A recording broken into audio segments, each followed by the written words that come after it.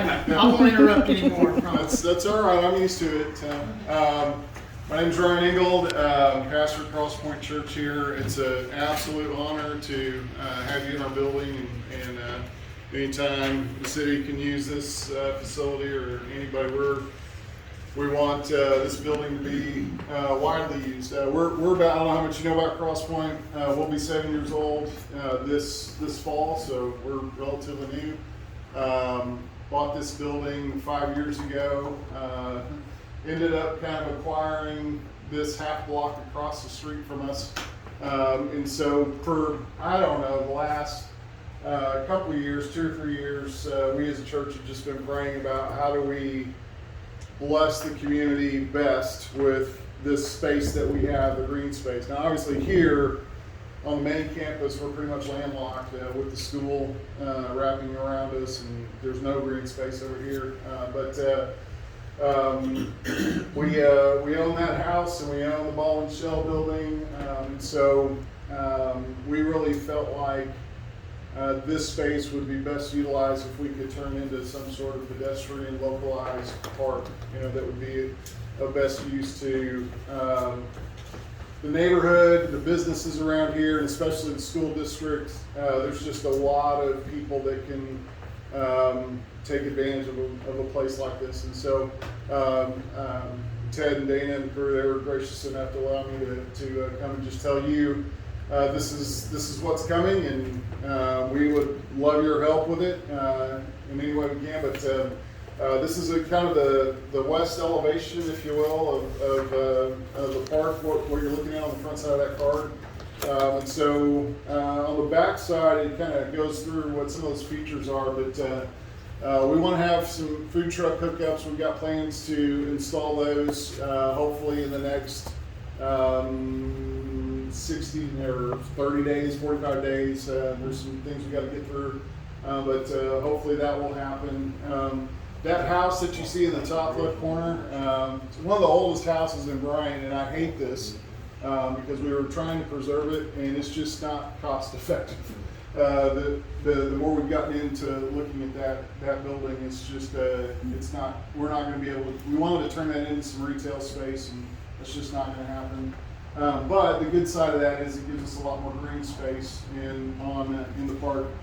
The thing I'm most excited about is this amphitheater that we have planned. That amphitheater is going to have some pavilions that will be in view of the stage, but also allow people to eat if there's rain around or whatever, or just to get someplace in the shade if you want to come and eat and that sort of thing. The playground is already there, so we built that last fall in the midst of the pandemic. We had money set aside for this thing, and we're trying to create some outdoor space, just so we could get our people together in a safe way. And so we would do just as much of the Wednesday night stuff that we do in our building out there. And so we went ahead, pulled the trigger on that playground, put that in place because we knew that's where that was going to go. And so the pavilion is going to go just to the west of that playground. We got a really nice sign. A sign company's building that for us. It's going to be right out here, kind of facing the rooms right intersection. So we're really excited about this. We're hoping that, I guess for me, I just see several different types of groups of people utilizing that space. Okay, so you've got parents that are dropping off their kids here that might need to swing through here and grab a cup of coffee and hang out for a little bit, or if you've got parents of preschoolers and they need to burn off some energy early in the morning after you drop the kids off, that can be a place for them. The superintendent here, Karen Walters, I don't know how many of you met her. She's a delightful lady, but she's mentioned that the teachers will really take advantage of that. So they're wanting to go somewhere, but it's not like they have an hour and a half for lunch, right? So this is accessible, nearby, they can walk. After school, there's just kids everywhere. It's just busy, you know. These walls are not real thick, as you will hear tonight. So you just hear everything, and anybody who's really proud of their truck or their sound system, you're gonna hear it. So after school, you hear a lot of that, and so I'm hoping that kids will hang out there, grab a slice of pizza or a taco or whatever after school, and just have a place where they can go and kind of unwind after sitting in school all day. And then obviously the people that live here, I mean, if you know anything about this area, this is a pretty diverse area economically. You've got $500,000 homes back there in Richardson Place, and then everything on down between here and there. So we really hope that the neighborhood will take advantage of that as well. So we see movie nights and you know, some talent studios in the area. We had one talent studio use our building recently just to do their spring recital, and told them about the pavilion, the amphitheater. They're very, very excited about that. We're hoping the school system will use that. Chamber of Commerce has talked about using this for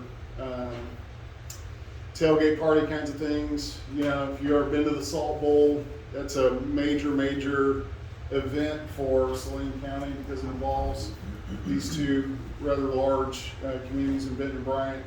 And so if we can utilize that to kind of set people up and get them ready for the game, we would love that as well. So anyway, we're going to do some work days, and we can let you know about that. Obviously, we're trying to raise money for this thing, and so phase 1 is going to be tearing down that house and putting up those food truck hookups. That's going to take place hopefully later on this summer, and then the amphitheater. You know, there's two factors.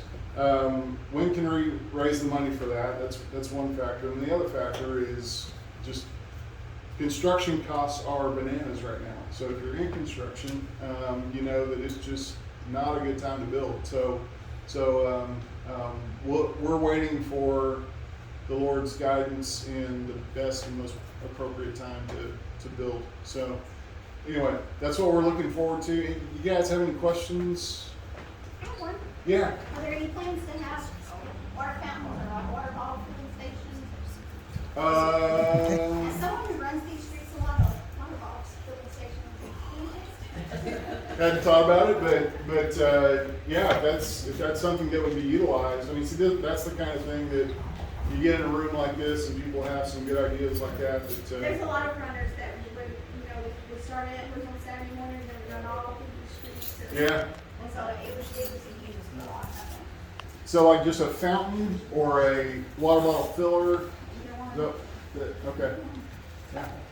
Bike repair station too. Water hydrant. What's that? Bike repair station. Biker. Bike cycling. Uh-huh. There are a lot of people that ride through here on bicycles. When we update Ashley, Alcoa 40, we're gonna have one of those. I still don't know what you're talking about.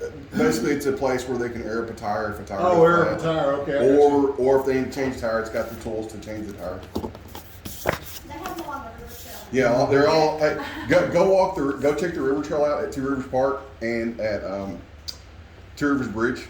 Yeah. And you'll see what I'm talking about. Okay. You tell how much time I spent on a bike. So. But there are a lot of guys I know that cycle out in this area. Yeah. And they come through here, and something like that right here, I think this would be a great location for it. Okay. Dog park area. Dog park area.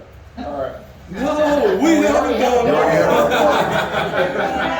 A small one would be nice for just people that, you gotta take your dog out for 10, 15 minutes before you're heading out, and you don't have time to drive all Sure. over, that would be. called a dog. But I'm just joking. Who wants to move the yard? Yeah. True that. That's good. Good insight. Good information.